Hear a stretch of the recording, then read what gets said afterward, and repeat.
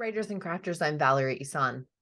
And I'm Erick Mertz. And this is episode 105 of the podcast, and it's March 8th, 2023 as we record this. And our main topic today is reflection as an indie author tool. I've been waiting for 105 because when I was a kid, like 105 FM was the coolest radio station. Ours too. Like 105. That's once we get up into like 107s and we're at a radio association. But yeah, K105. If you're from Portland, Oregon, and a kid of the 80s, that was your station. I don't remember what our call sign was. Oh well. Well, we have no new patrons this week, but thank you to our existing patrons for the years and months that you've been believing in us and in the podcast. We really appreciate you. The podcast Virtual snuggles to all of you. Yay! The podcast is sponsored by our patrons at patreon.com/Valerie Ihsan. For as low as $1 a month, you can get a postcard from me, a shout out on the podcast, and we can make announcements for you on the air. And at other tiers, the benefits increase. Free books, accountability Zoom calls, scene analysis, mastermind calls, and even free writer craft retreat tickets. Become a patron of the arts at patreon.com/Valerie Ihsan. You can also go to Erick's new Patreon page, patreon.com/Strange Air Stories for paranormal mystery short stories. There's a new story up there, as of yesterday. Yes. So the Home Goods Grimoire is now available. So is there 3 up there now or 2? There are 3. There's 3, but one is public for everyone to see. One is public. I believe I made the decision, the not so hasty, not panic decision to make one free story every quarter. Just, my quarterly free story. So yeah. I feel like that's that happy medium between one freebie a month and no freebies ever. Yeah, one a quarter, and it gets me more stories out there too. And I want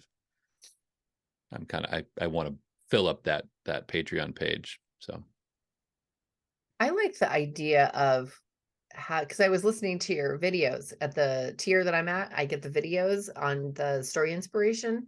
So maybe alternating or something like that, like doing one, maybe in a couple months, next quarter, release one of those inspiration videos. Yes. Okay. And then now you have hacked my brain. Like I need to find a free video thing too, like a way to do free video and I think I might do that. When I do the free story, I'll do the inspiration video will be free. I think the video is fun to make too. So I really love the videos. Those are neat. Well, there's a video coming out later today.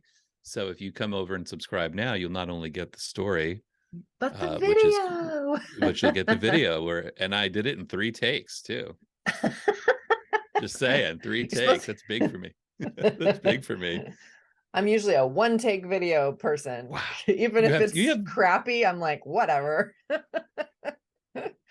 Well, when I forget the names of the characters that I'm talking about in the thing, and I'm because you talking, write so many stories. I write so many things, and so I like, what were the names of the characters? I'm talking and I'm giving the video, and if you're watching the video, I'm doing this, like I'm reaching over to grab the mouse to try to like get the story, so I can figure out what the names are.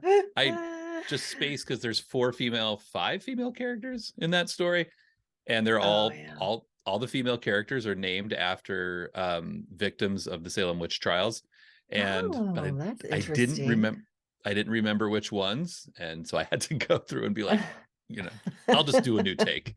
But it's really fun to watch your bad. It's fun to watch your bad takes because there's this moment I can see it in my own eyes where I just like, all right, I can't get out of this. Stop. So do you here's a tip then. Do you use iMovie to edit your stuff? No, I don't. It's going to be I'm just going to get it the first whole right take. That's a little pressure. I just, do it and then you can stop so just make like little 2-minute videos and then segment them all together with a little cross dissolve, so it doesn't chop up. I've thought about that.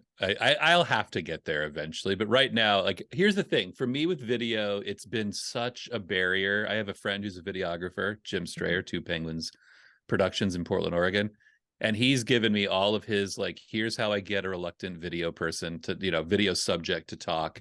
And so I've been taking his, and one of the things he said is just remove the barriers, like remove the barriers, and just give yourself like the most comfort you possibly can. Give me and for me, one of those things was like this, I have to edit the video when I'm done. So if I remove the I need to edit this, I'll just free flow a little better. And I'm not trying to get it perfect. Like, those videos I think should just be fun, me talking about it, scratching my head, pulling on my glasses, doing this. Yeah. But yeah, when I get into more into like professional video, I will definitely have to do some iMovie stuff. See, and I have a lot less stress and anxiety if I know I can edit it. Like, if I'm trying to get it all in one take, then I'm nervous, like I can't make any mistakes, and that distracts me and pulls me out of that natural. So if I know I can just be conversational and whatever, and then if it really I'm gonna swear a big F-bomb there, but I stopped myself. Right. If I really mess up, then I can go in and fix it. And that was one of Jim's bits of advice. He's like, what is in these kind of videos, what's messing up? Like, it's like, it's a low bar. You're just there talking to your readers like you're sitting across a table from them. And you're they're just special readers. They're readers that pay you because they want more stuff from you. Like, right. They're the inner circle. Yeah. So get in there, get a subscription. It's fun stuff. More stories coming. Many more stories coming. Announcements. My book launch party's on Saturday. So if you're local, the band is already there. They are knocking on the door. They've been sleeping in the van outside. Yep. I'm going to be going to pick up the door prizes on Friday. So there's gonna be door prizes and a band, and I'll be doing some reading, and I have to decide what bits to read. I still haven't done that yet, but so book lunch party on Saturday, March 11th at Tsunami Books in Eugene, Oregon from 6 p.m. to 8 p.m. And there's an after party at the Drop Bear Brewery across the street afterwards. Oh my gosh. Why don't I live in Eugene? Why? I mean, it's not too far away, man. It's not too far. Hey, you've made the drive. Been on my mind. It's been on my mind. All right. And then the other announcement is Erick's book, Chasing Shadows, which is the one that it's your last book, right? It's your last novel. Most recent novel. Most recent novel. Okay. And it is 99 cents on Amazon right now. And the link will be in the show notes, or you can just go check it out. Chasing Shadows by Erick Mertz. That's me. What's an author update for you, my friend? Oh, man. Author update. Well, we talked a little bit about like my professional writer. I had a website crash last week, which... You're in the big times now. If your website crashes, you've made it. Oh my gosh. You're in the upper echelon. It's like, I don't know what's more panic inducing, car crash or website crash. Definitely car crash, but close second is website crash. I know the answer to that. I don't want no jokes about car crashes. It is, so that really consumed most of my week last week, just trying to get everything back up and running. And it is happily back up and running. But it's a little disarming when a client emails you to say, hey, I just tried to refer somebody to you and your site is down. And so, that was, that's kind of the biggest thing. I've been working to catch up on client work. That's the thing I sort of had to put aside for the week to get that handled. But author-wise, I also released Forgotten Shadows, which was the new reader magnet. So I'm pretty excited about that. I started joining a bunch more promos through BookFunnel to start rebuilding the lists. I've got a new introductory sequence in my email. I'm starting to do all that stuff that I really spent the end of December and January and February kind of manifesting this new from the ground up marketing approach. And so now I'm finally getting to put it into place. So I'm pretty excited about that. So when you say from the ground up, what do you mean? Like you're just starting from all the basics? And maybe we should talk about that next week. From the ground up marketing.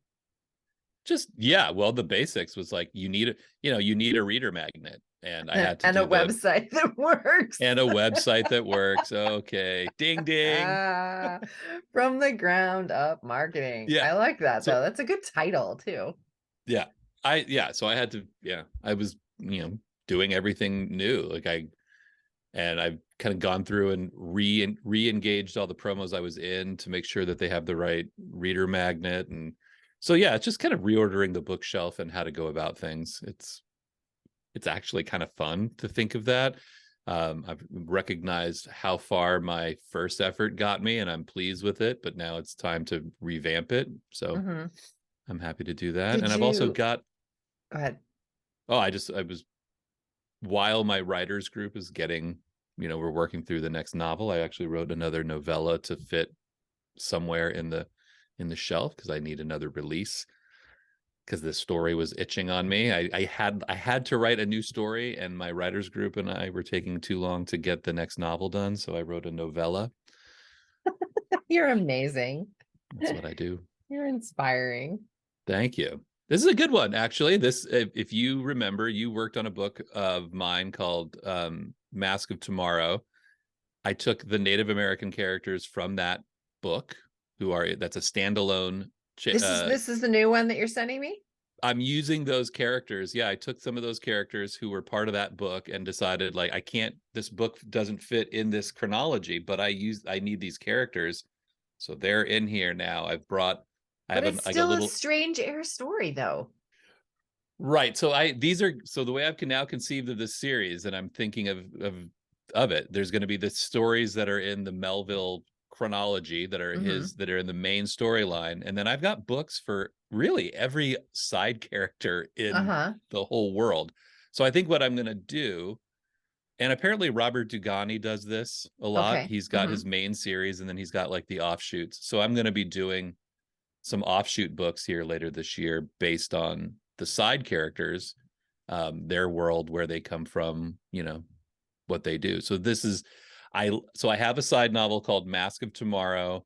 It will fit somewhere in the release schedule, but there's some Native American characters in that story that I thoroughly love.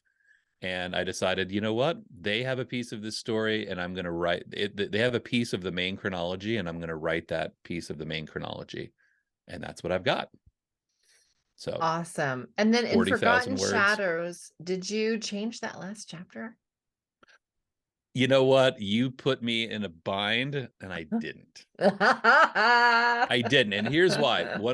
I had 3 beta readers, and 2 out of the 3 beta readers loved the idea that if in that last chapter, you don't have to say the end of it. That would be a giant spoiler alert. I just was curious. Be a giant spoiler. If you changed no, because 2 out of the 3 betas were like, "Oh, I love this. I love the fact that he goes about it the way he does. He would have, but he didn't once." Yeah, it's hard not to spoil it. Stop. Okay, your turn. My turn. Let's see. I went to Becca Syme's online conference last weekend, Friday, Saturday, Sunday, called the Publish Better Faster digital conference. It was amazing. I so recommend it, and I am a convert. I'm just going to start doing it now every year that she has it.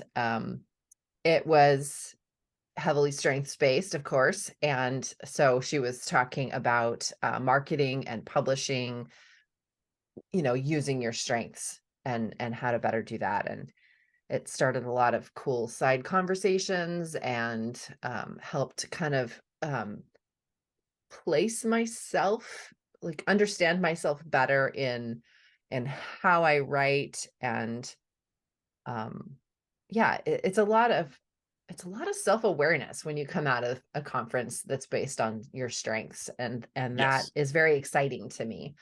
It's also very exhausting to me because of my strengths. My top strengths are, some of them are, I need to think a lot about the information that I take in. and Mm, and that is you. that is You're very me, thoughtful. and I enjoy doing that, and I get a lot of energy from doing that. So after conferences, especially any conference I've been to, I have to kind of like decompress and process afterwards. So I haven't even looked at the notes yet. I've just been kind of like taking a breather because it was, 2.5 solid days of lots of cool information. And I was just taking notes really fast. I also had a meeting with a co-writer. My next book Mm, project is going to be co-written. That's exciting for me. I've never had a co-writer you haven't talked before. about this yet. So my next book project is a nonfiction book for writers on writing how-to books. So it's really meta. And even we I had the was just gonna meeting say, yesterday whoa.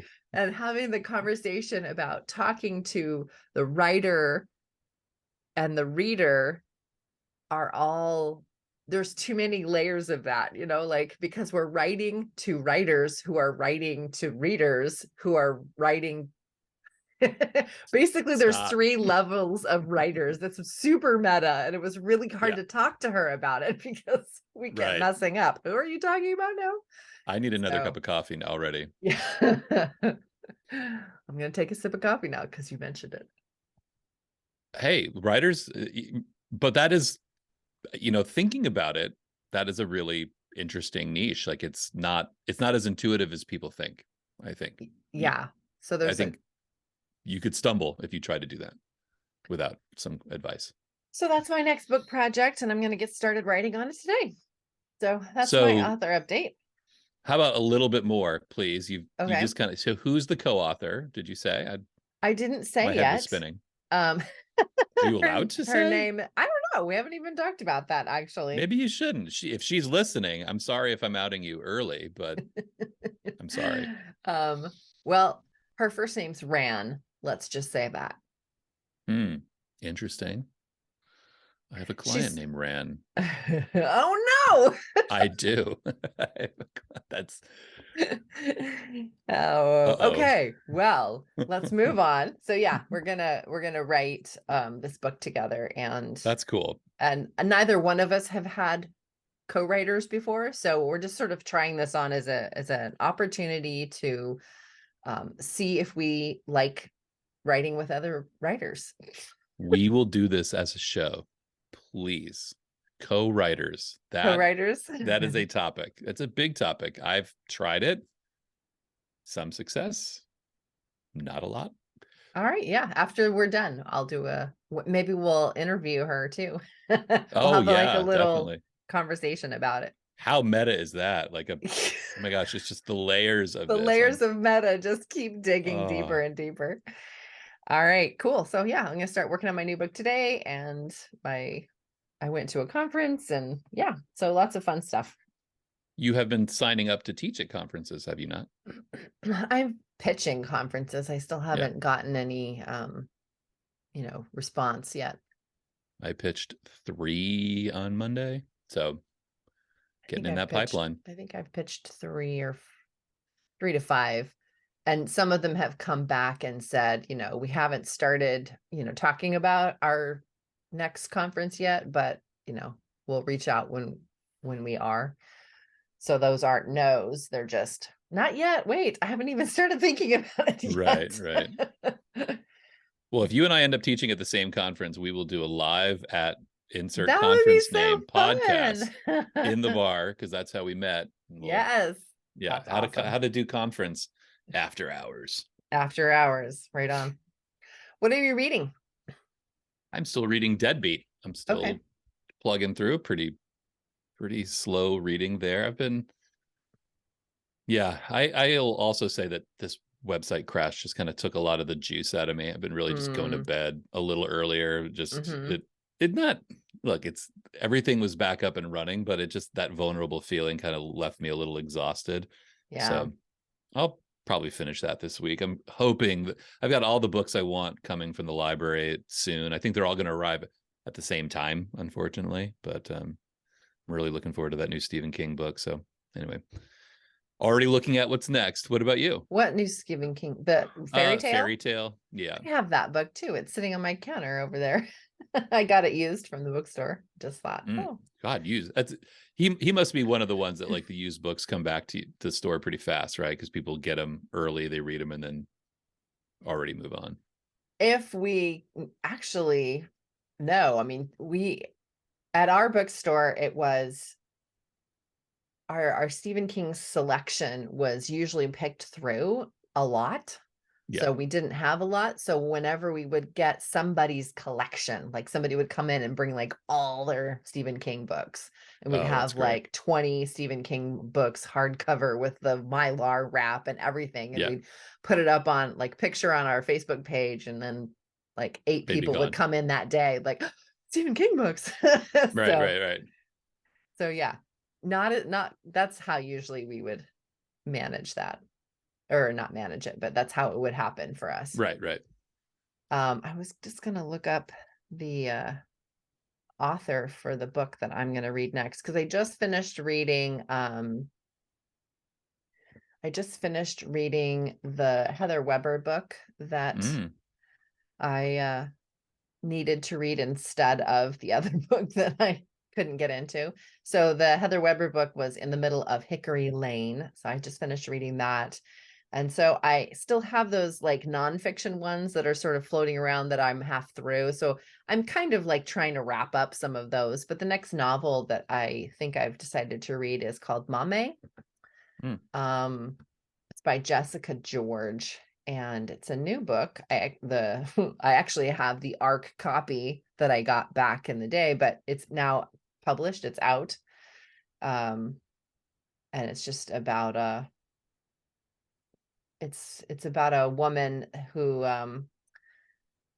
lives in London. It's kind of not a coming of age story, but kind of. She had taken care of her dad, and now her mom is back from her travels and can take care of her dad. So now she gets to start living her life, because she's been the main caretaker for her dad for a long time. And so she's kind of a self-acknowledged late bloomer. And so it is a coming of age story, but she's older. Right. But Aren't yeah, they all so coming of age stories in some I like way? coming Right. of age stories. I Yeah, I love like them. finding yourself stories. But if the hero's journey like implies coming of age of some kind, it's just maybe it's not like become from a child to an adult. Maybe it's just like from an adult to a better adult. I don't know. We're not going to pick apart the hero's journey here, people. That's At just least not what not we're this going to morning. do. Like I need a little Not more coffee today. for that. Not today. All right. Well, we should kind of get into the topic today. Let's jump in. Both feet. Both feet. Okay, so reflection is really important. As Sasha Critical. Black would say, everyone drink. I'm going to tell you about my strengths. My number 5 strength on the Clifton Strengths test is intellection. So that's the thinking one. That's the processing, and I need to spend time thinking every day, because it's my happy place. And it, yeah, it's an introspection kind of skill, I guess. So I appreciate reflection, and it helps me make sense of my world. So every month I set aside time to kind of reflect on the last month and just see what's working, what's not working. I think as a business owner, that's really important. And if we go a little granular and just look at it as an author tool, and not as an entrepreneurial skill, which I think that's hard to separate. If you're an author in today's world and you're publishing books, then you are a small business owner and an entrepreneur. Yeah.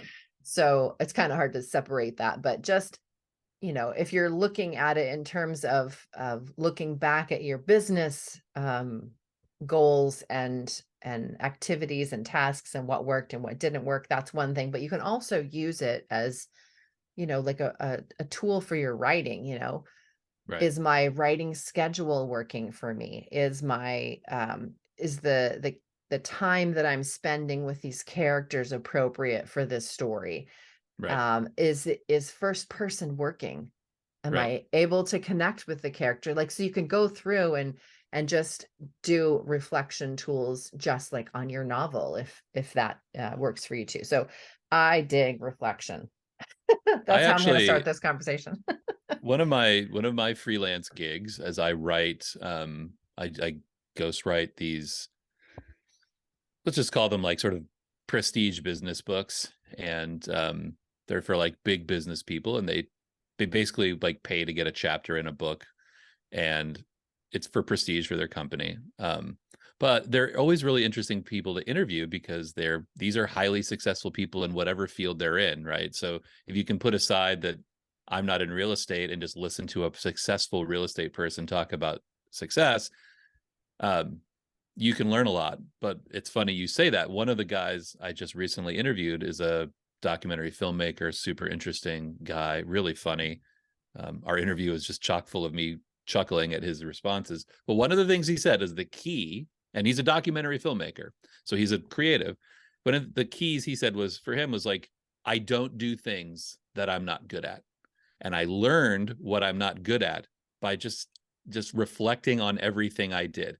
Every time Mhm. I did an album as a musician, every time I tried to get a band a manager, everything he's ever done, he would stop and say, okay, what worked? What do I, and I think he says right now, I do not edit things. And I would never DIY edit anything. I know that. I know to hire an editor. And so, yeah, you have to reflect, especially with these big entrepreneurial things. Otherwise, you spin your wheels. You hurt yourself a little bit, right? Because you're putting energy towards things that are just hard. So in order for the listener, if reflection is a tool that you haven't used before, or you've heard it and thought, yeah, whatever, that Right. doesn't work, if Dismissed it because it seems too simple or something. right. That was me. So I think what will help is getting a teeny bit granular and just talking about what you can reflect on. For instance, Right. if you've never tried reflecting as a tool before, I think one of the easiest things to do is just so if we're thinking of just like the last month, I'll just use that as an example since I just did my monthly reflection, so that's on my mind. um Thinking about like the most memorable event, or yeah, it doesn't have to be an event, but just the most memorable part of that last section that you're Right. thinking of. So if you've co-written a book with someone and you're looking back over the experience of co-writing a book with another person, what is the most memorable occurrence that happened during that time? Or if you're just doing your monthly reflection, what was the most memorable part of February 2023? So just thinking of the most memorable thing, the thing that just sticks out. So that's easy. I think that's an easy way to like segue into getting a little deeper, because that's going to be floating around on top. That's like the first thing you think of. Yeah. So I think that's a good first tip. Yeah. And I think one of the strategies I think you're getting at is like having like some sort of boundary on what you're reflecting on, right? Because if you just sit down and say, I'm going to reflect, and the intent is to move your business forward the next step, but you're reflecting on, I don't know, relationships, high school folly, or, why you didn't get the car taken in. Like, I think you can, like, reflection can become the key is, I think, focusing that reflection on the thing you need to reflect on. Because if you Yeah. really let it just sprawl, Then you're daydreaming, which is fine. I do which is that too. fine, right? But it doesn't necessarily get you to that intended place in Mhm. quite the same way. I mean, does that work for you that way? Yeah, I totally think so. And being more specific about what you're if you're using reflection as a tool, yes, it has to Right. be specific about what you're thinking of. That that container of what you are reflecting on can be very small. It can be like, did I spend enough money on ads last week? It can be Right. really tiny, or it can be something bigger like, wow, over the last year, Right. I've what did spent I this much do? on Yeah. ads. Yeah. or whatever, or, like the co-working or co-writing example, or co-working space. Maybe, you have an office at home, but you really wanted to try like going out and having an office space, and you tried that for 6 months, and now you're going to reflect on that experience. Was it worth it financially? Did you get more work done? And start Right. asking yourself questions about. So yeah, having a container of what it is that you're thinking of. And if your thoughts drift, I would say you're probably like, I would let it go, because maybe that daydreaming is what you need. But ultimately, like, this is why meditation people, they meditate on something, I think, right? Because that gets you focused. It allows It you helps, to, yeah. yeah, it helps. Other things that you can think about, like the specific questions you can be asking yourselves, or you can, if no questions kind of pop up in your mind about, I'm trying to, if you, like the co-working space example, the two questions that popped in my head were, was it worth the money, which would need a metric, like, did you get more words written? Did you Right. make more money as a consultant because you were in a different office?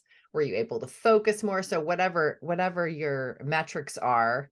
But also if questions like don't come to mind, and you're still struggling on, well, what do I think about then when I'm reflecting on this period of my business life or my book, whatever, you can think about what you've learned as a result of doing whatever it is that you're doing.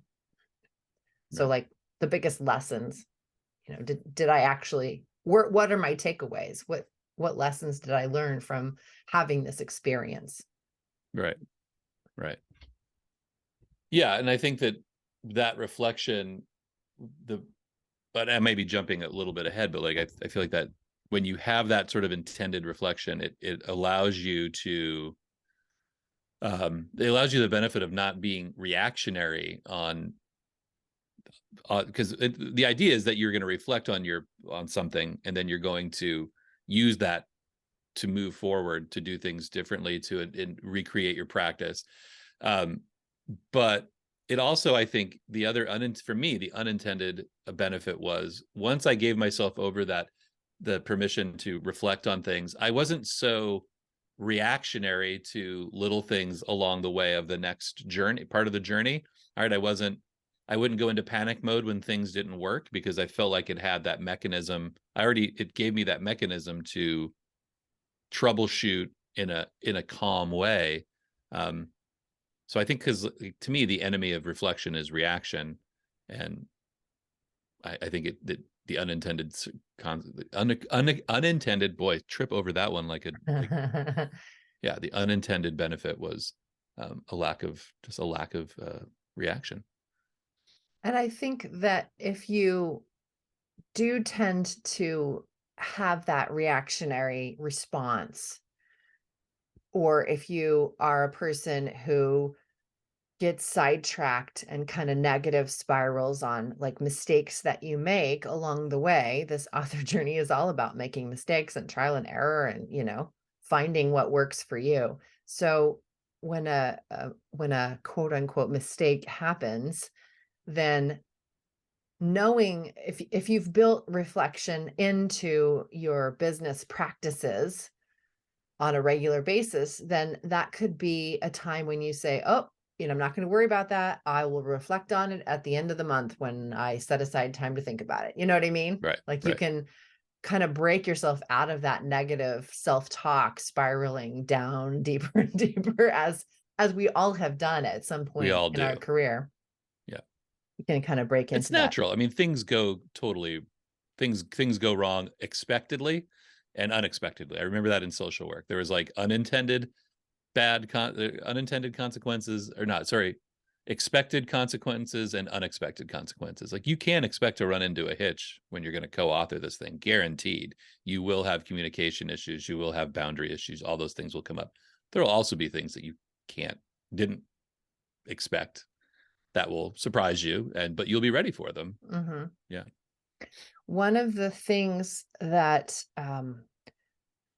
I think prevents a lot of people from reflecting is that need for metrics. Like how will Yeah. I decide? I'm collecting data here so that I can reflect on whatever it is that I'm collecting data on. And the collection of data often stops people. I am not a spreadsheet girl. Hmm. I don't know how to even work. I don't know how to do that kind of stuff. So Right. collecting data was always a barrier for me. But when I realized that my metrics could be way more broad, like when I sit down to think about my last month, I think about what my priorities were going into the month. And did I spend my time in a way that that I was happy with? Right. And if I am not, if I look back over my planner and see like, wow, I spent a lot of time on Facebook